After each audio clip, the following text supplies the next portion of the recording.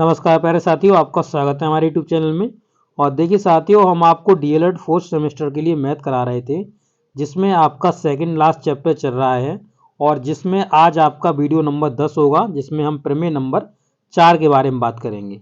तो इससे पहले जो आपकी प्रमेय हो चुकी हैं, अगर आपने वो नई वीडियोस देखे हैं तो आप जरूर देख लीजिएगा, क्योंकि आप अगर प्रमेय को सिद्ध करना जान रहे होंगे तो आपको कोई भी आगे जो क्वेश्चन इससे बनकर आने वाले हैं उनमें कोई भी दिक्कत नहीं होगी। तो चलिए चलते हैं, वीडियो को स्टार्ट करते हैं। तो देखिए साथियों, ये प्रमेय नंबर आपकी 4 है जो आप अपनी स्क्रीन पे देख सकते हो। और प्रमेय नंबर 4 में इसने क्या कहा हुआ है, क्या सिद्ध करवा रहा है, तो आप देख लीजिए। कह रहा है कि सिद्ध कीजिए कि आयत के विकर्ण समान लंबाई के होते हैं। क्या कहा कि आयत जो होता है उसके जो विकर्ण होते हैं समान लंबाई के होते हैं। जैसे कि मैं यहाँ पे एक आयत बना दूं, जैसे ये मैंने एक आयत बना दिया यहाँ पे, और इसमें जो इसके जो मैं विकर्ण लूंगा, जैसे पहले तो मैं इसकी क्या करूं, इसको मैं मान लूं, जैसे ये ए है, ये बी है, ये सी है, ये डी है, ठीक है। अब इसके जो विकर्ण हैं, यानी यहाँ से ए से मिला दिया हमने सी को, तो एक ये विकर्ण हो गया इसका, और यहाँ से हमने एक डी से मिला दिया बी को, तो एक ये विकर्ण हो गया। तो इसने कहा जो इसके विकर्ण हैं वो समान लंबाई के हैं, यानी जो यहाँ से आप देखेंगे तो ए सी की जो लंबाई है बराबर में आपके बी डी के लंबाई के बराबर होगा। यानी दोनों विकर्ण एक दूसरे के कैसे होंगे, समान लंबाई के विकर्ण होंगे। यही सिद्ध करने के लिए इसने कहा हुआ है, ठीक है। तो चलिए इसी को सिद्ध करते हैं। और इस तरीके से आप फिगर भी बना सकते हैं, फिगर आपको देखने के लिए मिलेगा इसमें, तो आपको कोई भी टेंशन लेने की जरूरत नहीं है। आप आसानी से समझते जाइए, मैं बहुत ही स्लो आपको समझाऊंगा ताकि आपको कोई भी दिक्कत ना हो। तो देखिए दिया गया है हमको क्या, कि हमको एक आयत दिया गया है जिसमें जो विकर्ण है वो हमारे ए सी और बी डी विकर्ण हमने माने हैं। सिद्ध क्या करना है कि जो ए सी है बराबर में बी डी के होगा, यानी जो ए सी विकर्ण है बराबर में बी डी विकर्ण के बराबर होगा। इनकी दोनों की जो लेंथ होगी वो आपस में कैसी होगी, बराबर होगी, ठीक है। चलिए अब देख लेते हैं फिगर। ये आपका फिगर बना हुआ है जिसे आप अपनी स्क्रीन पे देख सकते हो, ठीक है। थोड़ा इसे मैं जूम आउट कर लेता हूं, ठीक है। तो ये हो गया आपका। अब यहाँ पे देखिएगा, तो उत्पत्ति में हमको क्या लिखना है कि यहाँ पर हमको एक आयत माना है हमने, ए बी सी डी एक आयत माना है। तो यहाँ पर एक आयत है, और आयत आप यहाँ पे देख सकते हो स्क्रीन पे, ये आपका आयत है। इसमें ए सी विकर्ण ये रहा आपका, और बी डी विकर्ण आपका ये रहा। तो दोनों विकर्ण आपको दिख रहे हैं फिगर में। अब यहाँ पर हम देखते हैं अब हमको क्या करना है। तो यहाँ पे पहले देखते हैं, यहाँ पे देखिए, तो यहाँ पे जो एंगल ए है वो 90 अंश का है। तो देखिए एंगल ए की बात कर लो, एंगल बी की बात कर लो, एंगल सी की बात कर लो, एंगल डी की बात कर लो। आयत में सब एंगल क्या होते हैं, 90 अंश के होते हैं। प्रत्येक एंगल कितने का होता है, 90 अंश का होता है, ठीक है। तो ये आप पहले से आपको पता होना चाहिए।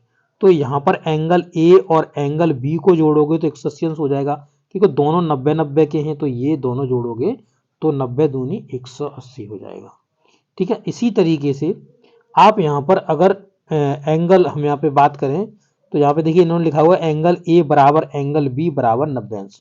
तो क्योंकि एंगल सब बराबर ही होते हैं, तो एंगल ए बराबर में एंगल बी, ऐसे ही आप एंगल सी भी लिख सकते हो, एंगल डी भी लिख सकते हो बराबर में। ये सभी 90 अंश के ही होते हैं। चाहे तो आप इनको अलग अलग करके ले लीजिए या कैसे भी लिख लीजिए, सब एंगल बराबर होते हैं, ठीक है। ये चीज़ आपको पता होनी चाहिए। अब देखिए यहाँ पे कह रहा है कि जो त्रिभुज ए बी डी है, तो ए बी डी देखिए, त्रिभुज ए बी और डी, ये रहा त्रिभुज भाई। ए बी डी जो त्रिभुज है, ठीक है, और बी ए सी त्रिभुज है। तो बी ये रहा, और आपका ए ये रहा, और सी ये रहा।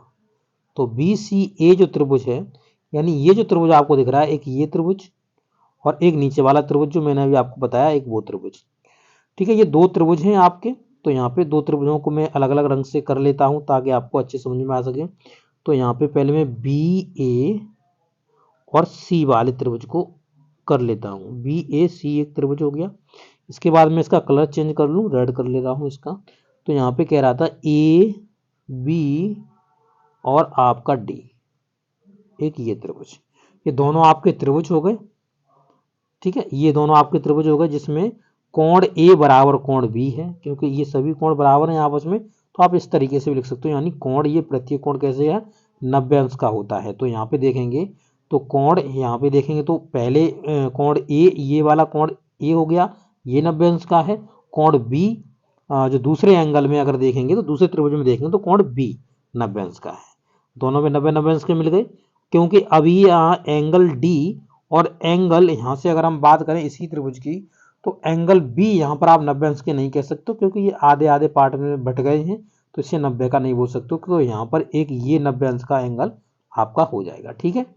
और यहाँ पर जो कोण बी की बात कर रहा है, तो कोण बी यानी ये आपका जो एंगल है ये 90 अंश का हो जाएगा कोण बी।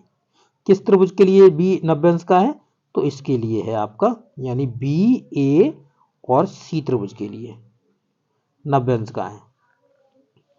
अब देखिए यहाँ प्रत्येक 90 अंश के कोण हो गए, और ए बी बराबर में ए बी, क्योंकि ए बी दोनों में कॉमन है, तो इन दोनों का जो बेस है, बेस आप देखेंगे तो ये बेस दोनों का ए बी है, यानी ए बी पर ही दोनों ये त्रिभुज टिके हुए हैं।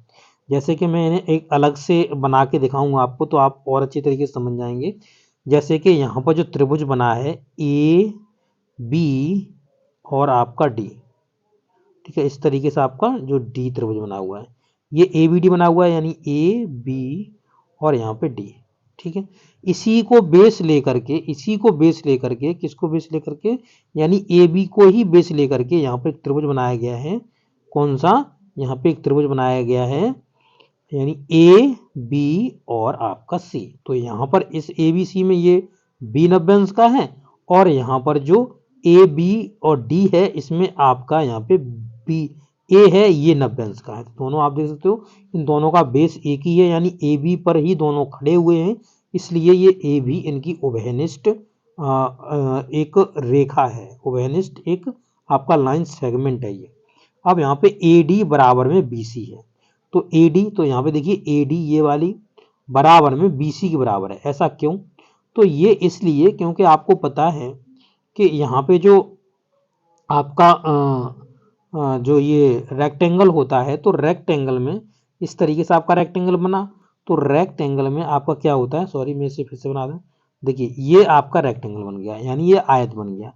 तो आयत में आमने सामने की भुजाएं बराबर होती हैं, यानी ये भुजा इस भुजा के बराबर होगी, और ये भुजा आपकी इसके इस भुजा के बराबर होगी, ठीक है। इस तरीके से आपके आमने सामने की भुजाएं बराबर होती हैं, तो ये भुजा इस भुजा के आपके बराबर होगी। तो देखिए वो भी यहाँ पे पूरा नियम यहाँ पे फिट किया गया है कि ए डी बराबर में बी सी। तो यहाँ पर आप देखेंगे तो यहाँ पे क्या बना, पहला एंगल बन गया आपका एंगल, दूसरा आपका साइड, दूसरा भी आपका साइड, तीसरा भी आपका साइड, यानी अब ये कैसे हो गए, सर्वांग सम हो गए। तो यही आपके जो त्रिभुज हैं ए बी डी और आपका बी ए सी, ये दोनों सर्वांग सम त्रिभुज हो गए। तो अब आप कह सकते हो कि यहाँ पे जो ए सी है बराबर में बी डी है, यानी ए सी की जो लंबाई है, यानी ये जो ए सी की लंबाई है उसके बराबर में बी डी की लंबाई भी है आपकी ये।